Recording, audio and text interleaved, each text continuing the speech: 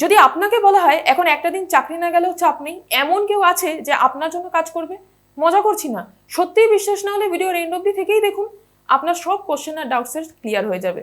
এখনকার সময় আমরা বেশিরভাগ মানুষই কিন্তু সারা জীবন চাকরি করে কাটাতে চাই না, নিজের জীবনটাকে গড়তে চাই নিজের মতো।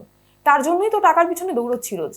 কিন্তু টাকাটা কি দুষ্টু বলুন তো, আসে আর চলে যায়, শান্তভাবে থাকতেই চায় না। এবার এখন যদি বলি স্মার্ট ইনভেস্টমেন্ট আর ওয়েলথ বিল্ডিং, এই দুটো জিনিস আপনাদের ফাইন্যান্সিয়াল জার্নিতে সঠিকভাবে ইমপ্লিমেন্ট করতে পারলে আপনি নিশ্চিন্তে ঘুমাবেন আর টাকা করবে আপনার জন্য কাজ। কিছুক্ষণ আগে যে ওয়ার্ডটা ইউজ করলাম মনে আছে?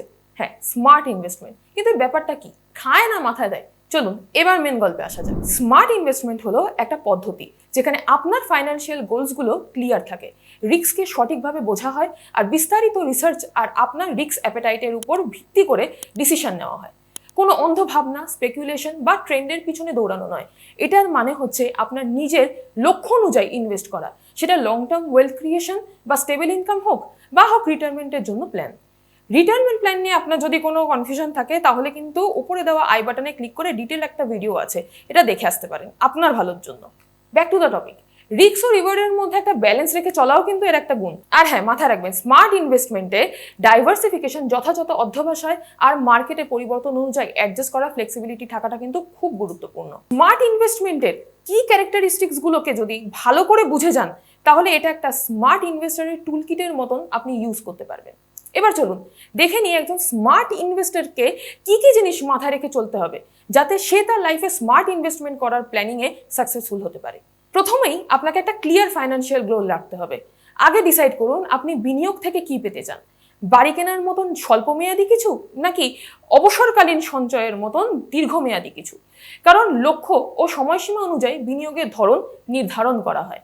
সেকেন্ড হচ্ছে আপনার ঝুঁকি নেওয়ার ক্ষমতা বুঝুন, যা নির্ভর করে বয়স, আয়, আর্থিক স্থিতি ও বিনিয়োগের সময়সীমা আর আপনার মাইন্ডসেট এবং এরকম আরো অনেক প্যারামিটার্সের উপর। স্মার্ট ইনভেস্টমেন্ট মানে ঝুঁকি এড়ানো কিন্তু নয়, বরং লক্ষ্য ও সময়সীমা অনুযায়ী রিস্ক ব্যালেন্স করা। থার্ড, একই স্কিম বা সেম অ্যাসেট ক্লাসে কখনোই সব টাকা বিনিয়োগ করবেন না। Share, bond, real estate, commodity ইত্যাদি বিভিন্ন খাতে বিনিয়োগ করুন, এতে ঝুঁকি কমে ও বিনিয়োগের স্থিতিশীলতা বাড়ে। বাজারে অর্থনৈতিক অবস্থা বদলাতে কিন্তু বেশি সময় লাগে না, নতুন সুযোগ কাজে লাগিয়ে ঝুঁকি এড়ান। ফিফথ, রেগুলার পোর্টফোলিও মেনটেন করুন, আর তা করার জন্য নিজের ডিজায়ার্ড রিস্ক লেভেলকে ব্যালেন্স আর বজায় রাখুন। যেমন শেয়ার বেশি বেড়ে গেলে কিছু বিক্রি করে আবার নির্ধারিত অনুপাতে ফিরিয়ে আনুন। সিক্স, ইনভেস্টমেন্টটা যত দ্রুত শুরু করবেন তত বেশি সময় কম্পাউন্ডিংয়ের সুবিধা পাবেন, এতে লাভের উপর লাভ হয়। সেভেন, নিজের আবেগের উপর নিয়ন্ত্রণ এনে বিবেক দিয়ে কাজ করুন, প্যানিক সেল বা হঠাৎ কেনা বেচা এড়ান, দীর্ঘমেয়াদী পরিকল্পনা ও যুক্তি দিয়ে সিদ্ধান্ত নিন, বাজার অস্থিরতায় নয়। কস্ট অ্যান্ড লিকুইডিটি বিবেচনা করুন, ট্রানজ্যাকশন ফি যেমন other tax like capital gain tax calculation করে নিন, দরকার হলে ট্যাক্স হারভেস্টিং করুন আর নিজের খরচা বাঁচান ও প্রয়োজনে কত টাকা তুলতে পারেন তা বিবেচনা করুন। বেশি খরচে লাভ কমে যেতে পারে, আর তাছাড়া ইলিকুইড ইনভেস্টমেন্ট স্বল্পমেয়াদী লক্ষ্য পূরণে উপযুক্ত নয়। এবার একটা উদাহরণ দিয়ে ব্যাপারটাকে আমরা বোঝার চেষ্টা করি। ধরুন আপনি আজ থেকে 20 বছর পর রিটায়ার হতে চান। এবার এর জন্য স্টেপ বাই স্টেপ আপনাকে স্মার্ট ইনভেস্টমেন্ট করতে হলে কিভাবে করবেন। প্রথমে নিজের লক্ষ্য নির্ধারণ করে অবসরকালীন ফান্ড গড়ে তুলতে হবে। তারপর 20 বছর সময়সীমা অনুযায়ী মডারেট টু হাই রিস্ক নিতে পারেন। নিজের ইনভেস্টমেন্ট ডাইভার্সিফাই করতে হবে, যেমন ধরুন 60% ইকুইটি ফান্ডে বা শেয়ারে করলেন, 30% বন্ডে করলেন আর 10%-এর মতন রিয়েল এস্টেট বা এরকম কিছু অল্টারনেটিভসে। ভালো করে রিসার্চ করে নিজের জন্য দারুণ এবং আন্ডার ভ্যালুড স্টকস চুজ করুন এবং শেষে প্রতি বছর নিজের পোর্টফোলিও রিভিউ আর রিব্যালেন্স করুন। এবার ধরুন আপনি প্রতি মাসে মাত্র 1000 টাকা মিউচুয়াল ফান্ডে এসআইপি করেন, 20 বছর পর দেখলেন আপনি পেলেন 10 লাখ টাকারও বেশি। এটাই স্মার্ট ইনভেস্টমেন্ট, মানে লক্ষ্য, ঝুঁকি, ব্যবস্থাপনা, ডাইভার্সিফিকেশন, গবেষণা আর ফ্লেক্সিবিলিটি, এই 5টি তত্ত্ব মিলে আপনি নিশ্চিন্তে নিজের সম্পত্তি বাড়াতে পারবেন।